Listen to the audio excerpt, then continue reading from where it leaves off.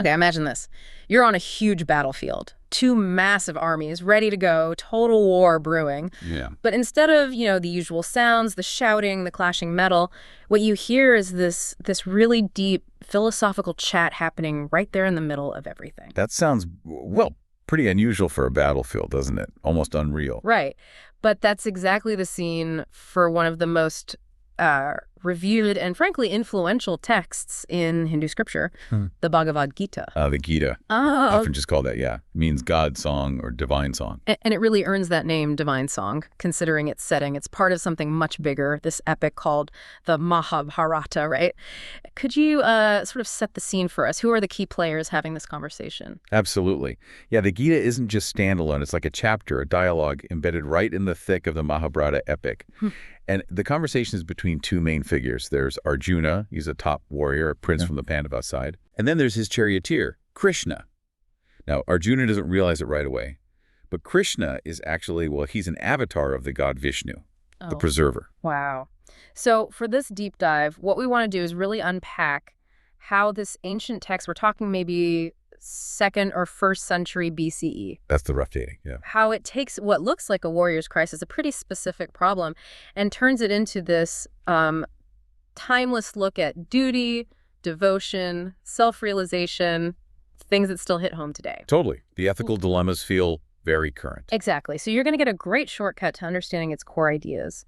And you might have seen it in the news. UNESCO added it to the Memory of the World Register just recently, April 2025. Which shows its global significance, definitely. So let's get back to that battlefield. Kurukshetra. Arjuna's there. He's looking across at the enemy lines. And it's not just strangers. He sees his own family, cousins, uncles, respected teachers, old friends. People he loves and admires. Yeah. And he crumbles, overwhelmed with despair. He starts questioning the whole point, the morality of fighting them. He's actually thinking about just dropping his weapons and walking away, renouncing it all. It's such a powerful human moment, a real moral crossroads, an existential crisis, you could say. Definitely. And Krishna's response to Arjuna's breakdown, well, that is the Bhagavad Gita. His advice isn't just battlefield tactics, it goes way deeper into who we are fundamentally, how we ought to live our lives, how to act rightly in the world. And one of the really mind-bending ideas the Gita brings up is this concept of two selves. Can you talk about that? Sure. So there's the idea of the individual self. Maybe think of it as the mind, the ego, the personality we usually identify with. Okay. And then there's this higher self, the God self. In the Gita, that's represented by Krishna himself, but it also connects to concepts like Atman, the universal soul within everything, or Brahman, the ultimate absolute reality. And the dialogue between Krishna and Arjuna, it's seen as a metaphor, right, for this ongoing conversation inside each of us, between our everyday self and that deeper divine self. Precisely. It frames the inner struggle, the war within, as you said earlier. It's a brilliant framing device. It really is. And, the Gita isn't just presenting one single viewpoint. It's more like a grand synthesis. It skillfully weaves together threads from various Indian spiritual traditions. Like what kind of threads? Well, you got Vedic Dharma, this core concept of duty, righteous action, fulfilling your role in the cosmic order. Then it integrates ideas from Samkhya philosophy, especially about consciousness and matter, which informs its approach to yoga and jnana, or knowledge. Jnana meaning knowledge. Yes, knowledge of the true nature of reality and the self. And crucially, it brings in bhakti, passionate, loving devotion to God. What's really revolutionary, I think, is how it tries to harmonize the path of the householder, someone living and working in the world, with the path of the renunciate, the ascetic. Ah, right. So you don't necessarily have to leave society to find enlightenment. Exactly. It argues for a different kind of renunciation. Okay, so let's dig into that. If the Gita emphasizes acting according to your dharma, your duty, how do you do that without getting caught up in, wanting stuff, the rewards, the results? That's the million-dollar question, isn't it? And the Gita offers a really interesting answer.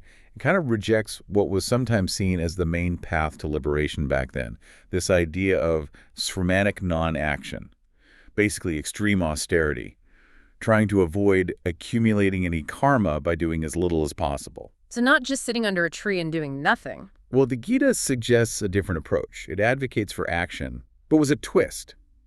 Inner renunciation. Inner renunciation. What does that mean in practice? It means acting, fulfilling your duty, but without being attached to the outcomes. without craving the fruits of your actions, whether they're good or bad from your perspective. So doing the right thing just because it is the right thing, not for what you might get out of it. Exactly. That's the essence of motiveless action, or nishkama karma. You determine the right course, and you followed it, period. The results are, in a sense, secondary. They belong to the divine or the universe, not your ego.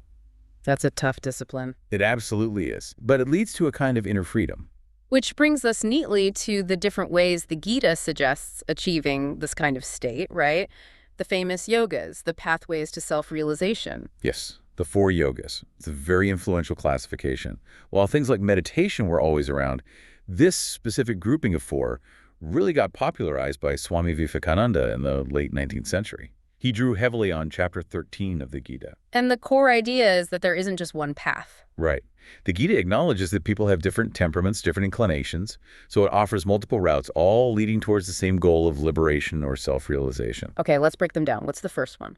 The first is karma yoga, the yoga of action or selfless service. We've touched on it already. It's primarily laid out in chapter 3. It's all about performing your duties, your actions, but dedicating them without attachment to the personal results.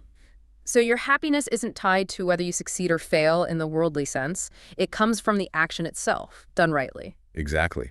The fulfillment comes from acting in accordance with your dharma, from within, rather than seeking external validation or rewards. Makes sense. What's next? Next up is Jnana Yoga, the yoga of knowledge or wisdom. This is explored quite a bit in chapters 4 and 7. This path is about discriminating, through intellect and insight, between the real and the unreal. Discerning the true self, the Purusha, pure consciousness from the temporary material world, Prakriti. So more of an intellectual, philosophical path. Yes, often seen as suited for those with an intellectual bent. It involves deep study, reflection, meditation, aiming for direct spiritual awareness. The Gita praises it highly, but also notes it can be quite steep and challenging. Requires sharp discernment. Okay, number 3. Bhakti Yoga. This is the yoga of devotion, which really comes to the fore in chapter 12.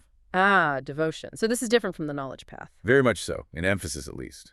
Instead of intellectual discrimination, Bhakti focuses on developing an intense, loving relationship with a personal aspect of God in the Gita, specifically with Krishna. It emphasizes surrender, trust, love, adoration, seeing the divine in everything and everyone. For many, this is considered perhaps the easiest or most direct path, especially in our current age. It bypasses the need for complex philosophy through simple, heartfelt devotion.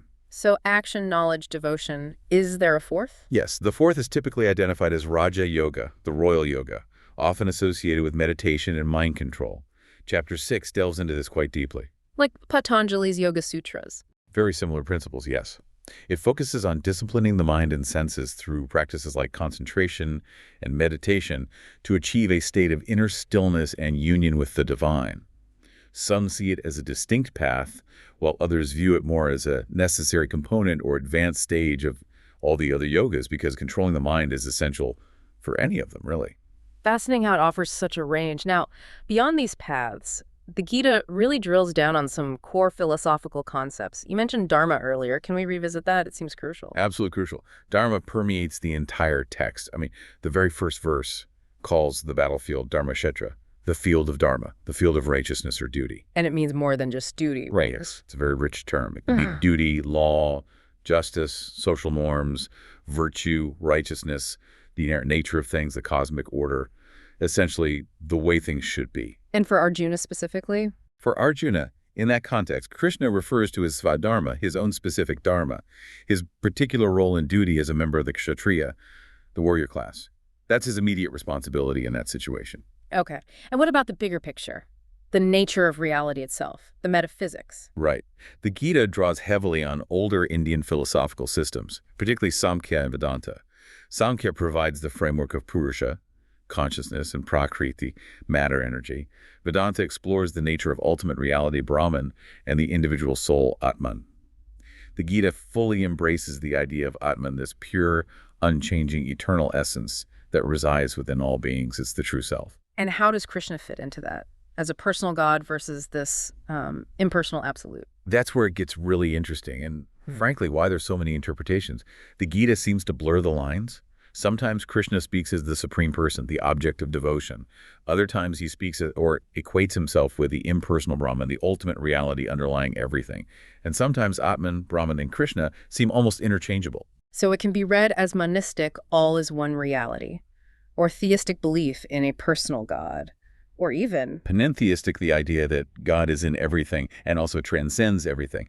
All these interpretations have strong textual support. Krishna essentially says, I am the fundamental essence, the core reality within all existence. That's profound. And there's another concept introduced, the gunas. What are those? Ah, yes, the three gunas. They come up in chapter 14. They're described as the three fundamental qualities or energies that make up Prakriti, the material world. There's sattva, associated with light, harmony, goodness, purity. Then raja is linked to passion, activity, ambition, restlessness. And tama is connected to darkness, inertia, ignorance, delusion. And these affect us how? They're said to bind the eternal self, Atman, to the cycle of birth and death. They influence our thoughts, actions, experiences, personality, basically coloring our perception and driving our behavior through the ego. But, and this is key, they don't affect the pure Atman itself. Understanding the gunas helps one transcend their influence. So recognizing which guna is dominant in you or a situation helps you navigate it. Precisely. It's a framework for understanding human nature and working towards liberation from these binding forces. And speaking of the nature of reality and the divine, Chapter 11 has this incredible moment, doesn't it? The cosmic vision. Oh, Vishvarupa. Yes, that's a pivotal chapter. Arjuna asks Krishna to reveal his true universal form, and Krishna grants his wish, showing him this terrifyingly magnificent vision where Arjuna sees the entire universe, all gods, beings, time itself, creation and destruction, all contained within Krishna's infinite form. Wow. Utterly overwhelming, I imagine. Completely. It demonstrates Krishna's absolute nature, how he manifests in and as everything. It's this vision, specifically verse 11.32, where Krishna says, I am time, the great destroyer of worlds, that J. Robert Oppenheimer famously recalled after witnessing the first atomic bomb test. I am become death, the destroyer of worlds. Yeah, that quote really lands differently when you know the context. It speaks to that immense, almost terrifying power Krishna reveals. It certainly does. It's a moment of profound awe and perhaps terror. So, given all this richness, this complexity, this blending of ideas, it's probably not surprising that the Gita has been interpreted in so many different ways over the centuries. Not surprising at all. Its composite nature invites multiple readings. Yeah. You mentioned the commentaries over 227 in Sanskrit alone, which is staggering. And the classical commentators had significantly different views.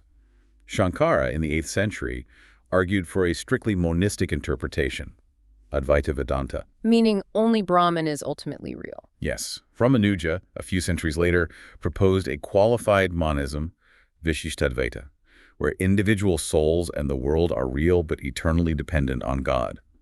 And Madhva, later still, argued for a dualistic view, Daita, maintaining a clear distinction between God, souls, and matter. So even the great masters disagreed on its core message. They emphasize different aspects, showing the text's incredible depth and maybe its deliberate ambiguity on certain points. And moving closer to our time, the Gita really had a resurgence, didn't it? Especially starting in the late 19th century. Immense prominence, yes. It became central for many Hindu reform movements who were responding to colonialism and seeking to define a modern Hindu identity. And leaders of the Indian independence movement, figures like Bal Gangadhar Tilak and, most famously, Mahatma Gandhi, found inspiration in its message. How so? What did they focus on? Primarily the emphasis on dharma, duty, and selfless action, karma yoga. They saw it as a call to engage actively in the world, to fight for righteousness, whether politically or socially, without attachment to personal gain. Gandhi called it his spiritual dictionary. But that brings up a tricky point, the connection between duty or svadharma and the caste system. Because Krishna does tell Arjuna to fight because he's a Kshatriya, a warrior, right? That's absolutely a point of major discussion and debate. Krishna's initial advice is framed within the context of Arjuna's specific caste duty. So how did modern figures like Gandhi reconcile that with a more egalitarian view? Well, many Neo-Hindu thinkers, people like Dineshwar, centuries earlier, and then Vivekananda, Aurobindo, Gandhi reinterpreted svadharma, they broadened it. They argued it doesn't necessarily or exclusively mean your hereditary caste role, but rather your own unique nature, your personal calling, your individual duty or profession in life, whatever that might be, a more universalized concept. So making it relevant beyond the traditional social structure. Exactly, trying to extract a universal ethical principle from its specific context. But not everyone buys that interpretation, do they? No, definitely not. There are significant critics. Figures like B.R. Ambedkar, a major social reformer and architect of India's constitution, who was himself from a lower caste background, were very critical. Ambedkar and others like the historian D.D. Kosambi argued that passages like Krishna stating, "the four-caste division has been created by me," actually do provide scriptural justification for the caste system and its inherent hierarchy. They saw the universalizing interpretations as glossing over potentially problematic aspects of the text. So it's a real tension within the interpretive history. A major one. Does it uphold a traditional social order, or does it offer a universal message that transcends it? The debate continues. Which leads us right into probably the most controversial aspect, the Gita and war. I mean, it's set on a battlefield on the brink of a massive bloody war. You can't avoid it. It's the central framing device. And interpretations here are also sharply divided. What's the allegorical take? You mentioned Gandhi earlier. Yes, many modern interpreters, including Gandhi, Vivekananda, and others, really emphasize reading the Kurukshetra war as an allegory. It's not about physical warfare, they argue, but about the internal battle we all fight the war within. The struggle between our higher impulses, represented by Arjuna, guided by Krishna, and our lower tendencies, ignorance and ego, represented by the opposing army, which includes his own kin. So the battlefield is the human psyche. Essentially, yes. It becomes a metaphor for the spiritual struggle for self-mastery. But can it also be read more literally, as justifying war? Absolutely. And historically it has been. Some independence activists, for example, saw it as providing a religious sanction for Dharma Yuddha, a righteous war, a just war. They use it to argue that fighting against oppression, even violently, could be a necessary duty if the cause was just, drawing parallels between Arjuna's situation and their own struggle against colonial rule. So it's been used to support both nonviolence and armed struggle. That's quite a paradox. It is astonishing. Some scholars argue the text is clearly pro-war in a specific context. Others say it's fundamentally neither pro nor anti-war, but uses the war setting to discuss deeper issues of action and detachment. What about someone like Christopher Isherwood? Didn't he translate it? Yes, he did a well-known translation with Swami Prabhavananda. Isherwood's take was sort of nuanced. He suggested that Arjuna, being a warrior in what's presented as a righteous conflict, must fight according to his dharma. But the key is the spirit in which he fights with non-attachment, as a duty, not out of hatred or for personal glory. But critics have pushed back on that too. Oh, definitely. Some critics, like V.R. Narla or P. Lal, found Krishna's arguments for convincing Arjuna to kill his relatives to be, well, ambiguous at best, or even specious, not entirely convincing morally.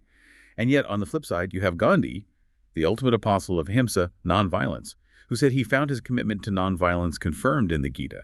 He saw the call to fight as purely allegorical. It really makes you wonder, how can one text hold such seemingly opposite interpretations? What allows it to inspire both pacifism and, well, justifications for violence? I think it's partly the text's layered nature, its synthesis of different strands of thought, and maybe it's the focus on how you act the inner state of detachment more than the specific action itself, which allows for varying applications. It forces you, the reader, to grapple with these questions yourself. Which is maybe part of its enduring power. And that leads to a really fascinating, maybe surprising modern take. Right. Viewing the Gita through a psychotherapeutic lens. Yes, this is quite remarkable. Some contemporary Indian psychiatrists and psychologists have looked at Arjuna's state at the beginning, his despair, anxiety, confusion, even physical symptoms like trembling as a kind of psychological breakdown, maybe akin to an adjustment disorder or acute distress. And Krishna acts almost like a cognitive therapist. His dialogue with Arjuna isn't just philosophical. It's seen as a process of counseling, helping Arjuna reframe his thoughts, challenge his limiting beliefs, and understand his situation from a different, broader perspective. So the yogas, karma, nanobhakti, they're like therapeutic techniques. In this view, yes. They become tools for cognitive restructuring.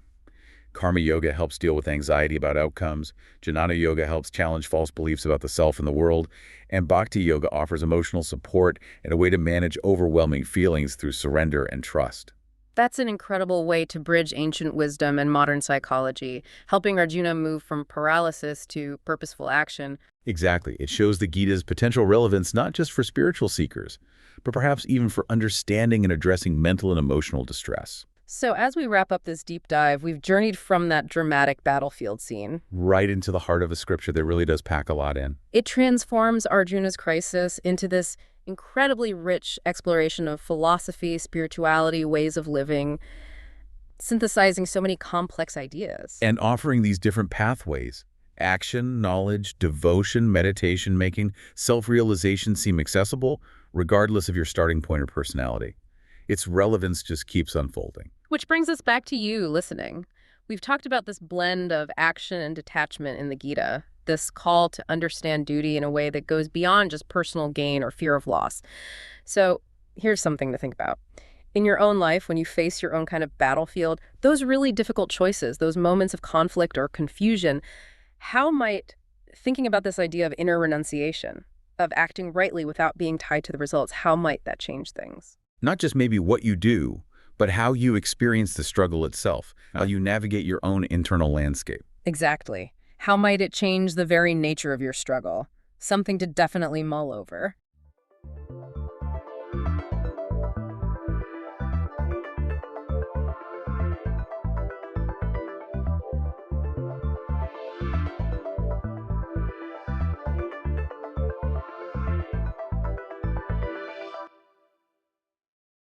Welcome to the Deep Dive.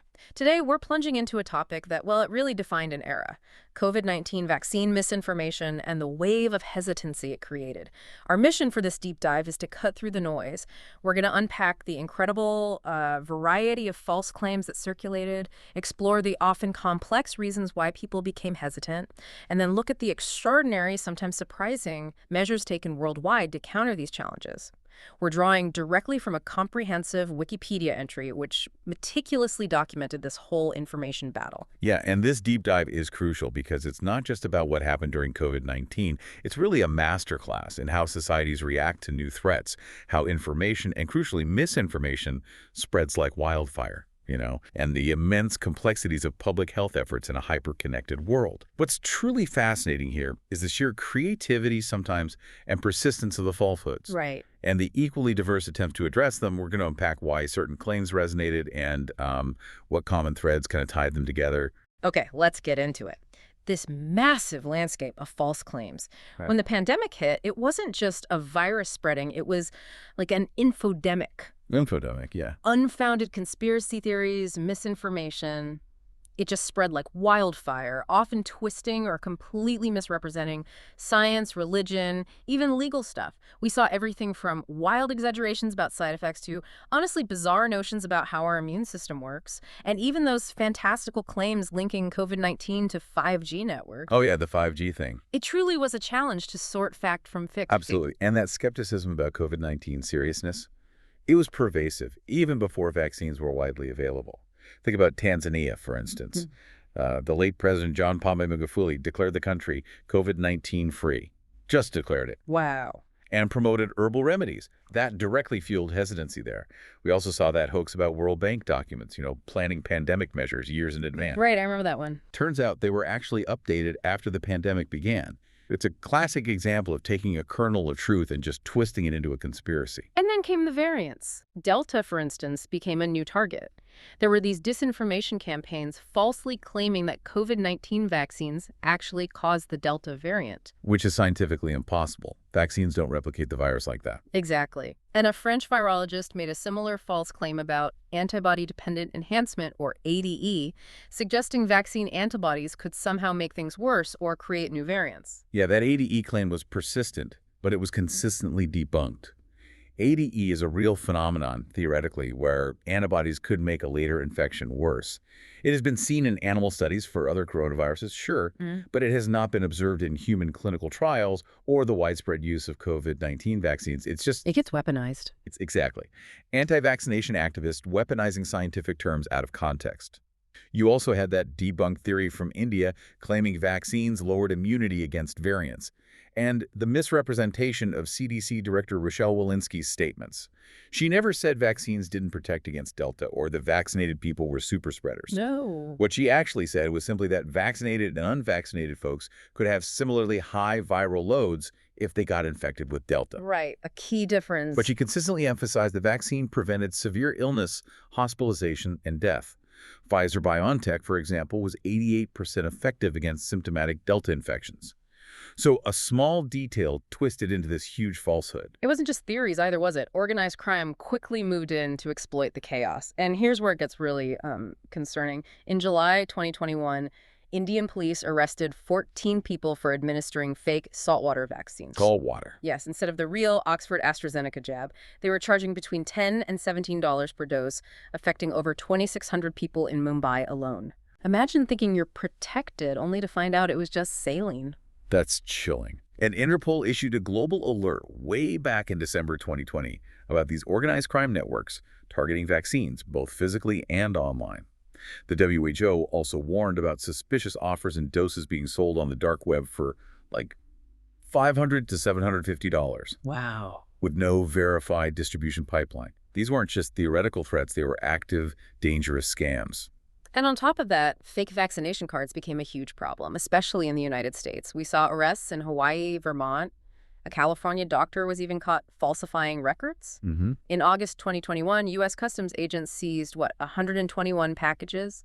Over 3,000 fake cards shipped from Shenzhen. Yeah, and research from Checkpoint showed these fake cards were selling via messaging apps for $100 to $120 each. Interpol even noted a direct correlation between countries requiring negative COVID-19 tests for entry and a surge in fake vaccination cards. Makes sense. It really highlights how quickly these illicit markets adapt to new public health measures. Okay, so beyond the outright scams and conspiracies, some of the most insidious misinformation directly attacked the science, didn't it? Preying on our natural anxieties about health. This included those persistent claims of vaccine inefficacy, often based on statistical misinterpretations. Right, and this wasn't just a simple statistical error. It showed how our brains kind of struggle with context sometimes. It makes us vulnerable to simple-sounding but deeply misleading narratives, especially when fear is high. People would see a high proportion of vaccinated patients among hospitalizations or deaths and wrongly conclude the vaccines weren't working. The base rate fallacy. Exactly. Statisticians call it the base rate fallacy or the Ewell-Simpson effect. Basically, scientific terms for a common statistical trap. You see a small piece of the puzzle, think you understand the whole picture, but forget the vast majority of the population was vaccinated. A UK report, in fact, predicted that 60% of hospitalizations and 70% of deaths would eventually be among double-vaccinated people. Predicted it? Yes, but explicitly stated this was not because the vaccines were ineffective, but, quote, merely uptake being so high. And it's also crucial to remember that booster doses significantly reduce infection likelihood and severity later on. And how about the claim that mRNA vaccines aren't real vaccines because they don't prevent transmission?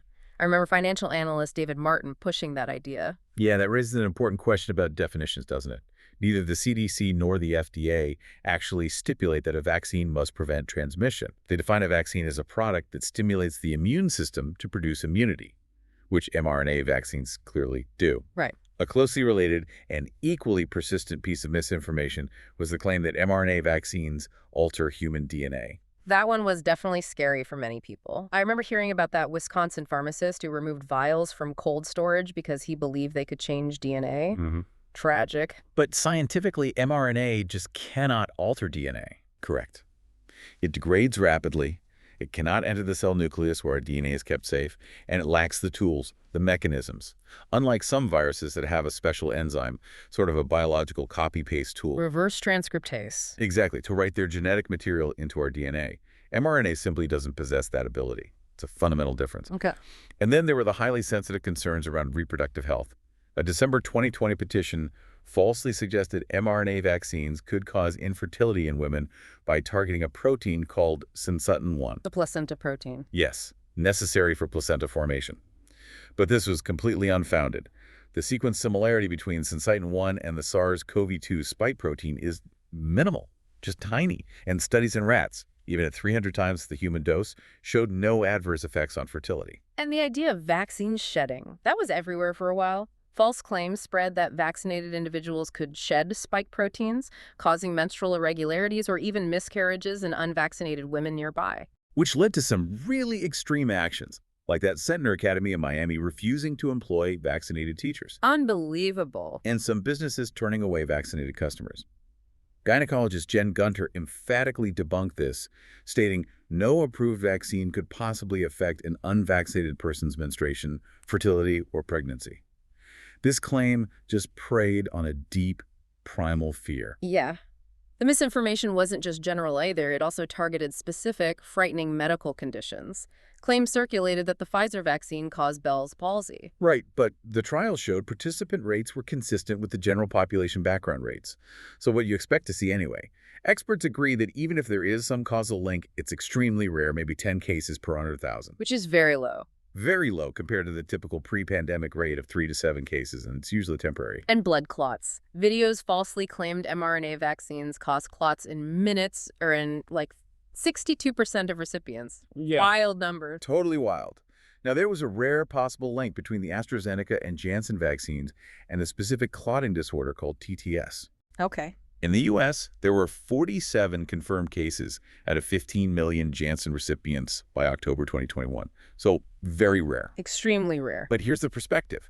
SARS-CoV-2 infection itself is about 200 times more likely to cause blood clots than the AstraZeneca vaccine. Wow, 200 times. That really puts the risk in perspective. It does. Other claims were equally outlandish, playing on deep fears. Assertions that mRNA vaccines cause cancer by inactivating tumor-suppressing proteins. Which misrepresented an unrelated study, right? Completely unrelated 2018 study. Then a Facebook post linked mRNA vaccines to prion diseases based on a paper from a predatory journal. Experts dismiss it as completely wrong. Predatory journals are a problem. They are. And then the absurd claim that vaccines contained aborted fetal tissue. That one kept coming up. Yeah. While cell lines derived from fetuses from the 70s and 80s were used in development. Way back in the lab testing phase. Exactly. No fetal tissue is present in the final vaccines themselves. None. Perhaps one of the most widely used pieces of misinformation, though, related to claims of vaccines causing death, especially by misrepresenting data from VAERS. Ah, yes. The VAERS data, it was constantly misrepresented, used to claim a hidden toll of vaccine-related deaths. Yeah. But VAERS just records any health event that occurs after vaccination. Yeah. Doesn't prove causation. Right. Correlation isn't causation. Precisely. So things like suicides, car accidents, natural deaths from chronic diseases, they get reported if they happen after a vaccine, but it doesn't mean the vaccine caused them. It's a database for reporting potential signals, not for proving cause and effect. And there were specific high-profile cases that got twisted. Absolutely. The most popular shared link on Facebook in early 2021 was about a doctor's death 2 weeks post-vaccine, later found to be unrelated. Robert F. Kennedy Jr. and Del Bigtree made unsubstantiated claims about Hank Aaron's death being vaccine-related. More recently, Florida Surgeon General Dr. Joseph Ladapo discouraged vaccination for men aged 1839 based on an unpeer-reviewed study linking it to an 84% increased likelihood of dying from heart problems. Which was widely criticized. Widely criticized for misrepresentation and lack of transparency.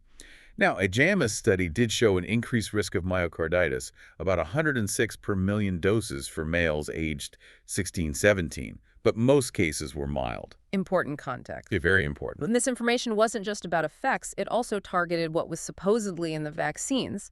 Newsmax falsely tweeted that Moderna contained luciferase for tracking. Luciferase. And later claims about graphene oxide. I remember seeing those videos of people trying to stick magnets to their arms because of claims about microchips. Yeah, the magnetization claim.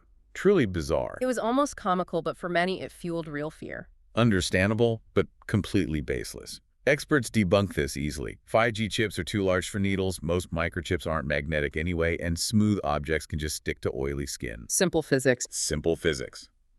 No U.S. or Europe authorized vaccines contain magnetic or metal ingredients or microchips. Just proteins, lipids, water, salts, pH buffers. Basic stuff. And no, you can't get rid of vaccine effects with a detox bath. Definitely not. No known mechanism for that. What's fascinating here is the lengths some went to create confusion, like the claims that FDA-approved vaccines like Pfizer's Comirnaty were not available in the U.S. because doses were still labeled Pfizer-BioNTech COVID-19 vaccine. Right, that EUA versus full approval distinction. Yeah. It's just for legal and labeling reasons, but it led to these false claims that the approved versions were somehow different or lacked liability protection. But they were the same formula. Identical formula, Right. Interchangeable. And all COVID-19 vaccines were covered by the PrEP Act's Countermeasures Injury Compensation Program, CICP. So the liability claims were just wrong. Okay. And Moderna's website, using operating system as an analogy for mRNA vaccines, got twisted into a literal claim that vaccines were operating systems designed to program humans. Just an analogy. It's an analogy. Then there's the more concerning revelation from that Reuters investigation. A secret U.S. Department of Defense disinformation campaign from 2020 to 2021. You mean the one aimed at discrediting China's Sinovac vaccine? That was a wild one. Yeah, this campaign ran in the Philippines, Central Asia, and the Middle East. It used phony social media accounts, hashtags like #ChinaIsTheVirus, Wow. spreading false claims about Sinovac containing pork gelatin, making it haram for Muslims. Whoa, targeting religion. Exactly. U.S. diplomats apparently opposed it, but the military overruled them. A retrospective review by the DoD later found much of the messaging was, quote, many leagues away from acceptable military objectives. That's really something. It's a potent reminder of the fine line between strategic communication and outright deception, isn't it? It is, and how even well-intentioned efforts by powerful entities can inadvertently fuel the very distrust they aim to combat. So moving beyond the direct vaccine claims, the socially based claims were equally varied, often merging with broader political divides and distrust in government. Definitely. QAnon beliefs, for instance, really embraced the pandemic to promote their conspiracy theories. You had instances like Romana Diablo, the self-proclaimed Queen of Canada, urging followers to harass businesses and later even calling to shoot to kill healthcare workers. Gosh. And anti-government groups like Sovereign Citizens actively participated, seeing the pandemic measures as another tool of government control. This distrust wasn't confined to specific groups or countries either. No. In Bulgaria, many Roma neighborhoods, already distrustful of institutions, experienced these targeted lockdowns without proper explanation, which just strained relationships further. And in France, right-wing politicians publicly cast doubts on vaccine effectiveness and safety. Yeah. It raises that important question. How do these deep-seated societal issues and existing distrust impact public health efforts during a crisis? That's a critical point. And we even saw government investigations like Florida Governor Ron DeSantis requesting a grand jury in December 2022 to investigate criminal or wrongful activity related to vaccine development and distribution. Right, naming drug manufacturers and federal officials. Exactly. These investigations, regardless of their outcome, definitely contribute to the ongoing narrative of distrust for some people. Okay, so this huge deluge of misinformation naturally didn't happen in a vacuum. Yeah. It directly fed into vaccine hesitancy. But what were the deeper reasons people were reluctant? Maybe beyond just these wild claims, some very specific concerns popped up, and it's important we acknowledge them. For sure. Menstrual irregularities, for example, became a significant concern for some, leading to hesitancy. And a 2023 meta-analysis did indicate a possible link, but it really requires more study to establish any kind of causal relationship. It's complex. Right, and pregnancy and vaccine hesitancy, that was another major area. Huge area. Yeah. Pregnant people were generally less likely to get vaccinated. Factors include younger age, maybe lower education or socioeconomic status, and whether they usually got their flu shot. What's fascinating is one study found that the influence of education and prior flu vaccination actually varied by race. It suggests that systemic racism and lived experiences might have impacted hesitancy among pregnant individuals differently in different communities. That makes sense. History matters. And we saw significant regional differences in hesitancy, too, like Hong Kong. Yeah, Hong Kong had low vaccination rates for a while. It seemed to be a mix of things. Low perceived risk when COVID was controlled locally, lots of misinformation about side effects, and crucially, political distrust of the HKSR government. Political distrust. Big factor.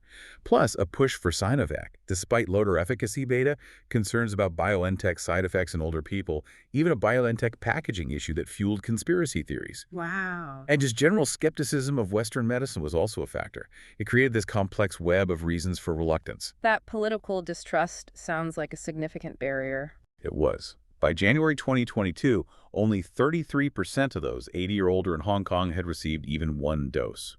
And a study during the Omicron subvariant spread really highlighted the difference. A 15% death rate for unvaccinated people aged 80 plus all, compared to 3% for those with 2 Sinovac shots and only 1.5% for those with 2 BioNTech doses. Stark difference. A powerful illustration of the real-world impact of hesitancy. Absolutely. In the United States, a really striking partisan gap in death rates emerged after vaccines became available. Yeah, that was noticeable. By March 2024, over 30% of Republicans had not received a COVID-19 vaccine, compared to less than 10% of Democrats.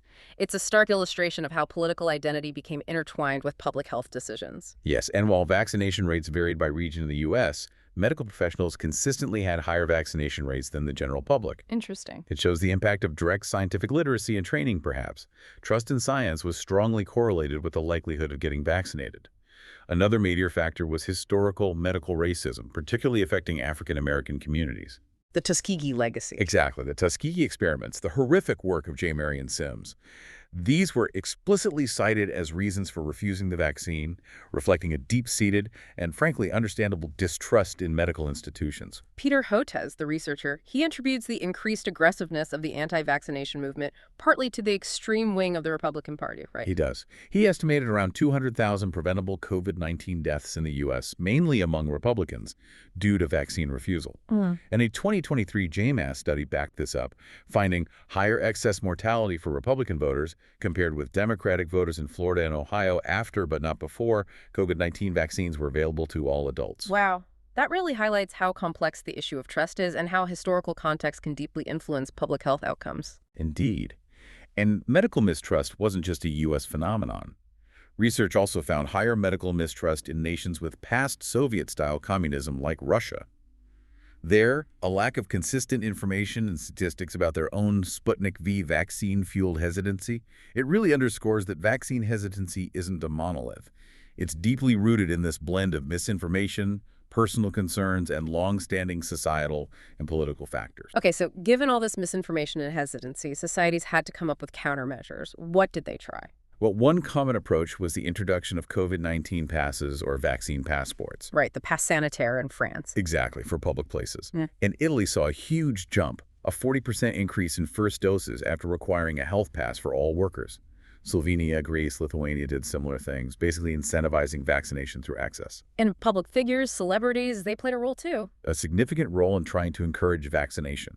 Politicians like Biden, Obama, Queen Elizabeth II, Pope Francis, even Vladimir Putin publicly announced their vaccinations. Trying to lead by example. Yeah. Media personalities like Dolly Parton, who actually helped fund the Moderna vaccine. I remember her singing Vaccine. She did. Arnold Schwarzenegger quoted Terminator, saying, "Come with me if you want to live." Stephen Fry spoke about it being a symbol of being part of society. Did it work? Well, some might say it was preaching to the choir, but the aim was clearly to normalize and encourage the vaccine for a broad audience, make it seem like the normal societal thing to do. Specific community outreach was also vital, wasn't it? Targeting the unique reasons for hesitancy in different groups. Absolutely critical. You saw videos with figures like Romesh Ranganathan and Sadiq Khan targeting ethnic minority communities in the UK, directly addressing myths about effects on minorities or claims of containing pork or fetal material. Tackling the specific misinformation. Right. Oprah Winfrey and Whoopi Goldberg encouraged Black Americans. Stephanie Elam, the CNN correspondent, volunteered for trials specifically to increase diverse representation and build trust from within. And we also saw powerful stories from individuals who had been hesitant, right? People sharing their regrets. Yes, those were impactful. Many news articles, social media posts highlighted the regret of those who delayed vaccination and then got sick or saw family members become ill. Professor Chris Whitty, the chief medical officer for England, tweeted that the majority of our hospitalized COVID patients are unvaccinated and regret delaying their vaccines. Around 60% of UK hospitalizations at one point. Yeah. That kind of personal testimony, coming from those who experienced the consequences, often carried a different kind of weight than official pronouncements. As these varied efforts unfolded, some governments felt they needed to implement more stringent measures. That led to vaccine mandates and even targeted lockdowns, which were pretty controversial. Very controversial. Austria and Germany introduced lockdowns specifically for unvaccinated citizens. Greece fined unvaccinated over 60s €100 a month, with the money going to the hospital service fund. Interesting approach. Singapore required unvaccinated citizens to pay their full medical bills if they needed hospital care for COVID-19. Ukraine placed unvaccinated teachers and government officials on unpaid leave. But these measures faced significant criticism over personal freedoms. Huge criticism. It's that complex trade-off between public health goals and individual liberties, a constant tension. On the more incentive-based side, there were vaccine lotteries and benefits. Yeah, trying the carrot instead of the stick sometimes. Russia offered $1,350 prizes. Moscow's mayor gave away cars. Cars.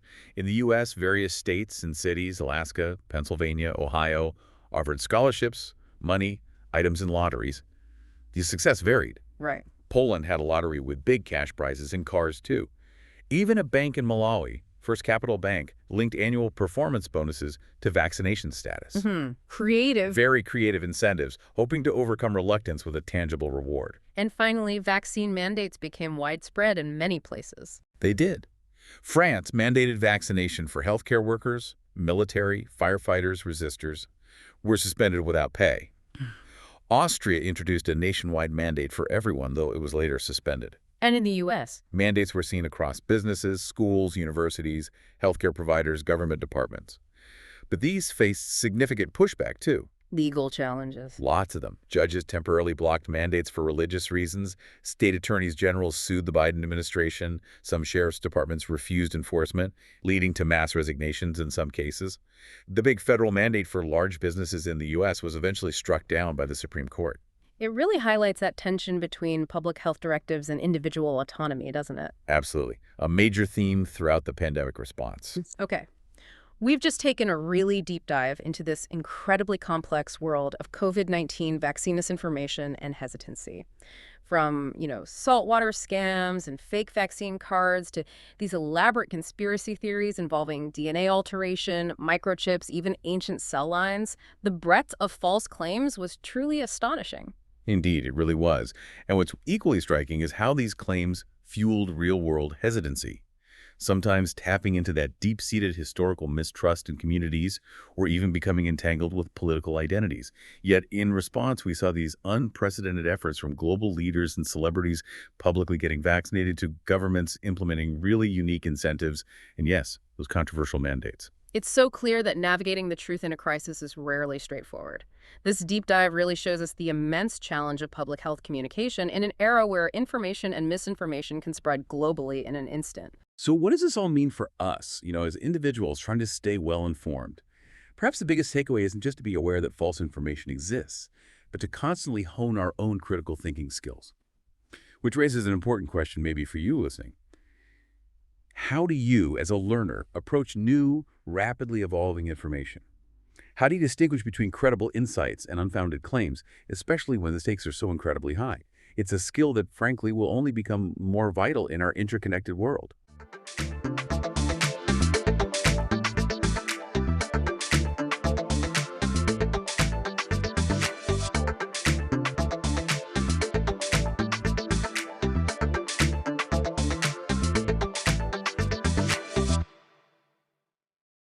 Think about your day so far. You probably checked the weather on your phone, maybe ordered some food or streamed some music. Well, most of these, incredibly seamless interactions, the ones often hidden under the hood, they're made possible by something you probably don't think much about, an API. Welcome to this deep dive. We're going to try and unravel the concept of an application programming interface, or API. Right. At its core, really, an API is a connection point. It's for computers or computer programs to connect. It's a type of software interface, basically, that offers services to other pieces of software. It lets them talk. Okay. And crucially, it's not like a user interface, the screen you tap on your phone. It's designed specifically for machines or maybe programmers to communicate with each other. Gotcha. So our mission today is to kind of cut through the jargon, right? Demystify APIs for you, the curious learner. Exactly. We're going to look at their origins, which are surprisingly early, delve into the wildly different types that exist, understand the principles behind how they're designed and released, and even touch upon those fascinating legal battles that have shaped their very definition. Yeah, there's a lot there. Prepare for some hopefully illuminating aha moments as we unpack this essential, often unseen building block of our digital world. So when we talk about an API, the term itself can actually mean one of two things. It can be the specification, think of that like a blueprint, or a detailed document saying how to build that connection or interface. Right, the instructions. Or it can refer to the implementation itself, the actual working computer system that meets that standard that follows the blueprint. Ah, okay. So the term does double duty. Pretty much. It can mean the instructions or the thing built from the instructions. And that's really where that under-the-hood nature comes in, isn't it? Unlike a UI, a user interface, which is built for us, for people. Yeah. An API is all about machine-to-machine communication. It's not usually something you see. It's what lets two totally different software systems talk across a boundary, using like a mutually agreed upon language. Exactly. And what's really fascinating, I think, is how APIs achieve this abstraction and simplification. A core purpose is to hide the really complex internal details of how a system works. They expose only the bits that are useful and necessary for a programmer, keeping those external connections consistent, even if the internal machinery changes completely. So it simplifies programming. Immensely, makes things far more manageable. Okay, so if I'm getting this right, it's a bit like Lego bricks. Oh, that's a good analogy, yeah. Each software service or library is like a Lego brick, and its API is the specific pattern of studs and tubes that let it snap onto other bricks. Perfect. So you can join them together, integrate them to build new software without needing to know how each individual brick was actually molded inside. That's a perfect way to put it, yeah. Or, to give you a more concrete example, imagine a weather sensor that offers an API. Okay. When a specific message is sent to that sensor, that's an API call, it goes and detects the current weather conditions and then replies with a weather report. That's the API response. Oh. Now, a weather forecasting app could integrate with loads of these sensor APIs from different places, different providers, gathering data from all over, all speaking that common API language. That makes total sense. Yeah.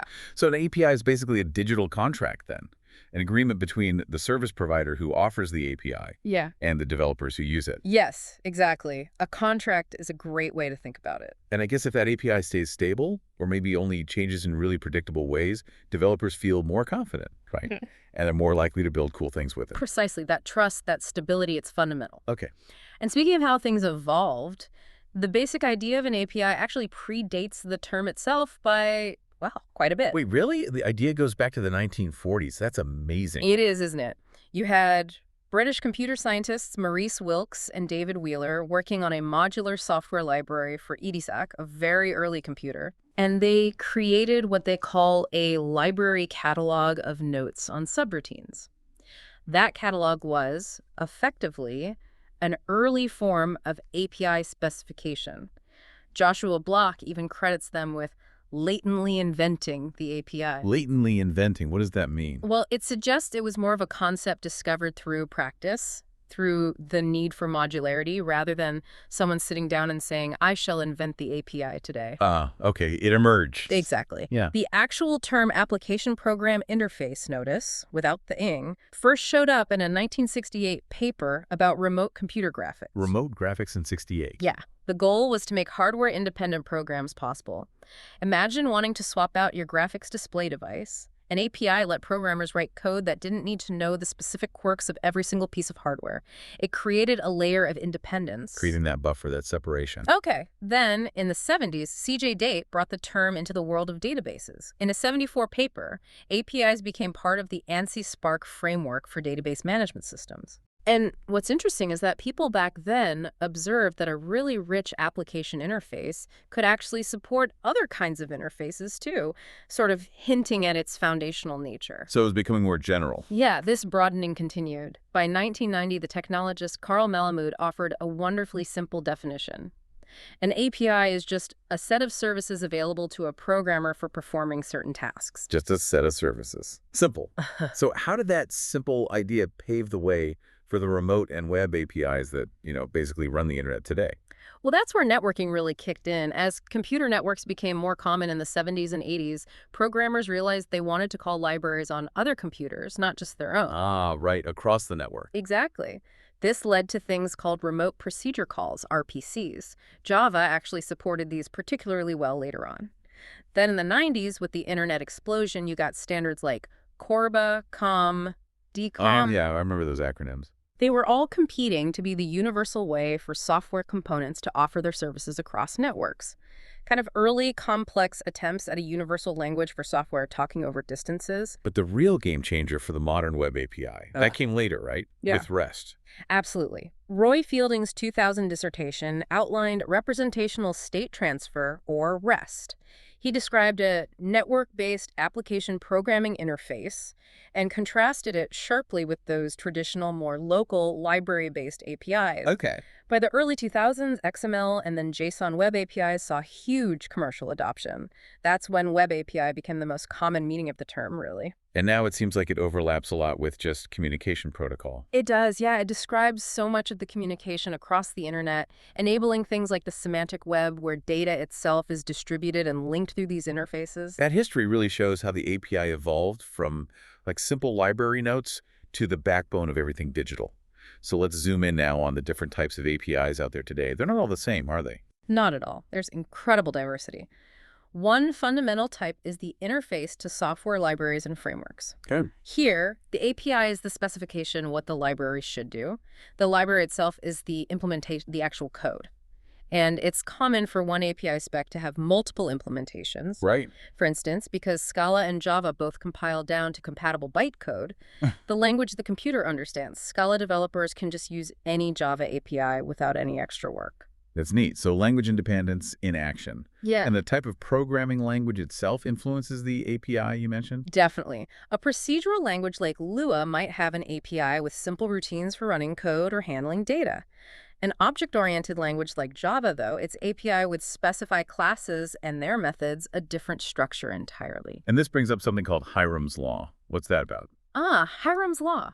It's a fascinating observation. It basically says, with a sufficient number of users of an API, it does not matter what you promise in the contract. All observable behaviors of your system will be depended on by somebody. Okay, unpack that a bit. It means, even if you didn't intend for a certain quirk or behavior in your API, if enough people start relying on it, you can't easily change it, even if it wasn't part of the official contract. Wow. So even bugs can become features people depend on. Sort of, yeah.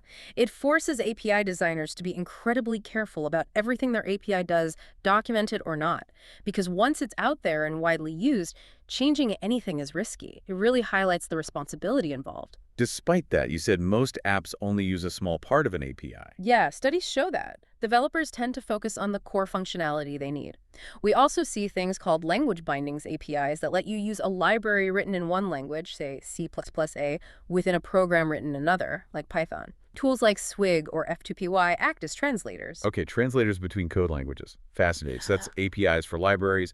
Then we have operating system APIs. Right. These specify the interface between an application program and the OS itself. Like POSIX. Exactly. POSIX is a great example. It defines common APIs, so you can write an application for one POSIX-compliant OS, like Linux, and then compile and run it on another, like a BSD system, without major changes. Portability is the goal. And Microsoft with Windows, they went a different route, focusing on backward compatibility. Very much so. Microsoft has shown a huge commitment to backward compatibility with its Windows API, Win32. That's why you can often run quite old applications on newer Windows versions using compatibility mode. Yeah, that saved me a few times with old games. Right. Though there was that historical debate about whether Microsoft's internal developers had an unfair advantage because they knew more about the unpublished parts of the API. One analyst in '87 used a baseball analogy. He said it was like Microsoft owns all the bats in the field. Though Bill Gates countered that their Mac apps were successful because they didn't have that internal OS knowledge and had to rely purely on the public APIs, just like everyone else. Interesting perspective. And you mentioned a distinction between API and ABI. Yeah, it's important. An API is about the source code, how programmers write code to talk to the system. An application binary interface, or ADI, is lower level. It's binary-based, defining how compiled programs interact directly with the OS or hardware without needing the original source code. Think POSIX API versus the Linux standard base API. Clear. So that covers local and OS interactions. Yeah. But what about when the software is far away, across the internet, maybe? That's where remote APIs come in. Precisely. Remote APIs let developers manipulate resources that aren't on their local machine. They do this via protocols, and it doesn't usually matter what language or platform each end is using. Examples. Java database connectivity, JDBC. It lets you query different kinds of databases using the same standard functions. Or Java Remote Method Invocation, RMI, which cleverly makes functions running on a remote machine look like they're running locally to the developer. Sneaky. It's very useful, especially in object-oriented programming, for maintaining that illusion of local objects, even when they're distributed. And finally, the type we probably hear about most these days, web APIs. Definitely the most common usage of the term now. Web APIs are the interfaces for interaction between, say, an enterprise and the applications that use its data or services. Often backed by service level agreements or SLAs, Okay. they typically work over the web's standard protocol, HTTP. You send an HTTP request message, and you get back a response message, usually formatted in XML or, more commonly now, JSON. Like the shipping example. Exactly. An e-commerce site calculating shipping costs by calling out to a shipping company's API in real time instead of managing complex rate tables itself. And these have evolved too, right? From SOAP to REST. Yeah, there was a big shift. SOAP-based web services were quite rigid and complex. REST-style web resources, which focus on the resources themselves, like a user profile or a product, are generally simpler and more flexible. It really fit the whole Web 2.0 trend of connecting everything. And that interconnectivity, that led to mashups, Yeah. combining different APIs. Absolutely. Mashups are a prime example. You take data or functionality from multiple web APIs, maybe maps from one, photos from another, reviews from a third, and combine them into a totally new application or service. Like using the Twitter API to pull trends or data into another app. Perfect example. Social media APIs really fueled the mashup culture. It's all about taking these building blocks and creating something new and innovative. Okay, so we've got a good handle on what APIs are, their history, the different types. Let's talk about their life cycle, how they're designed, released, documented. What's key in API design? Design is hugely important. It really impacts how usable and popular an API becomes. It's fundamentally about information hiding. Hiding things. Yeah, hiding the complex internal workings. You only expose the necessary tools and functions that a developer would logically need, keeping the implementation details safely tucked away behind that clean interface. Good API design is actually a crucial part of good software architecture. Makes sense. Keep it simple on the outside. And once it's designed, how does it get out into the world, these release policies? Right. APIs are super common for tech companies to integrate their systems, forming these business ecosystems. There are basically three main release policies. Okay. First, private APIs. These are strictly for internal use within a company. Nobody outside gets access. Got it. Then, partner APIs. These are shared, but only with specific trusted business partners. Think of Uber or Lyft letting approved third-party apps request rides directly through an API. They maintain control, ensure quality, maybe generate revenue. Right, controlled sharing. And finally, public APIs. These are open for general use, though not always completely free or unrestricted. Microsoft's Windows API, Apple's Cocoa framework for macOS and iOS, those are public. But some public ones still need registration or something. Yeah, exactly. Services like Cloudflare or Voxility might offer public APIs, but you often need an API key or maybe prove you're a customer to actually use them. It adds a layer of tracking and control. Okay. And for these public APIs, stability must be incredibly important, right? You can't just change things willy-nilly. Oh, absolutely critical. That's a huge responsibility. Unexpected changes can break compatibility for potentially thousands, even millions, of client applications relying on that API. So how do they handle changes? Well, if parts of an API are still under development or likely to change, they should be clearly marked as unstable. Google's Guava library uses an app beta annotation, which is like a big warning sign.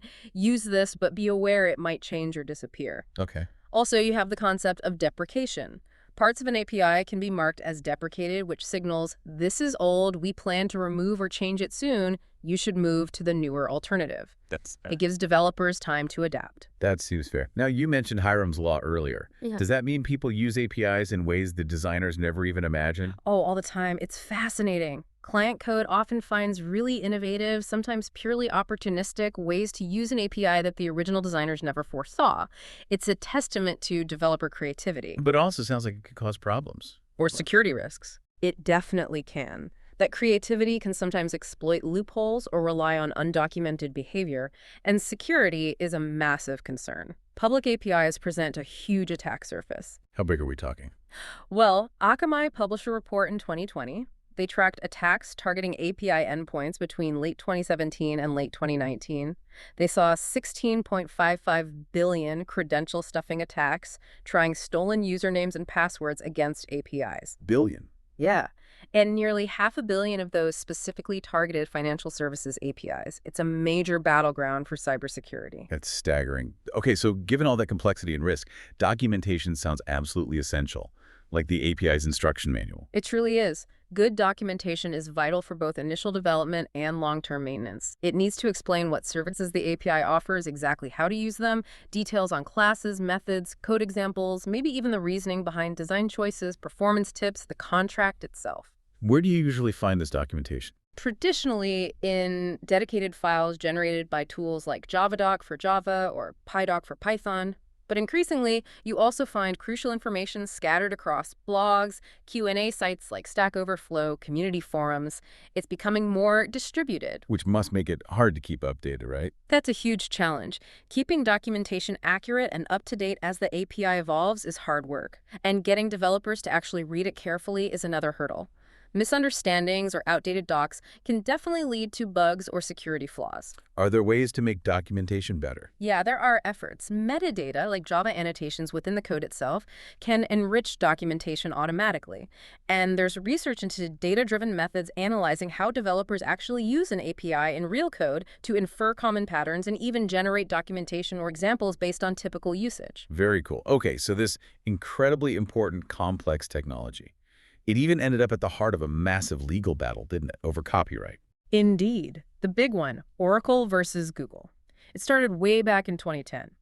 Oracle sued Google, claiming that Google's implementation of Java APIs in the Android operating system infringed on Oracle's copyrights because they didn't get a license. Right. And the initial ruling was that APIs couldn't be copyrighted. Yes. In 2012, Judge William Alsup ruled that APIs are fundamentally functional and not eligible for copyright protection in the U.S. He was concerned that allowing API copyright would stifle innovation and let companies copyright simple commands, basically locking down functional interfaces. That wasn't the end of it. Not by a long shot. That ruling was overturned on appeal in 2014. The appeals court said the structure could be copyrighted, but they sent it back down to figure out if Google's use was fair use, a legal exception to copyright. Okay, so round two. Round two in 2016, a jury actually found that Google's use was fair use. Ah, so Google wins. Not yet. Oracle appealed again, and in 2018, the Federal Circuit Court overturned the jury verdict, ruling it was not fair use. Wow, this is like legal whiplash. So Oracle was winning at that point. It looked that way. It was a major blow to Google and many in the software development world who rely on interoperability. So what finally happened? How did it get resolved? Google took the case all the way to the Supreme Court of the United States in 2019. There were some delays, partly due to the pandemic. But in April 2021, the Supreme Court finally delivered its decision. They ruled 6-2 in favor of Google. In favor of Google. So what was the reasoning? They focused specifically on the fair use aspect. The court determined that Google's copying of the Java API structure was indeed fair use, considering the functional nature of APIs and the public benefit of software interoperability and innovation that Google's use enabled in creating Android. While they didn't definitively re-rule on the copyrightability question itself, the fair use finding effectively achieved a similar outcome for this specific crucial case. A landmark decision, then. Absolutely. Hugely significant for the software industry. Okay, so you've just taken a deep dive with us into the world of APIs.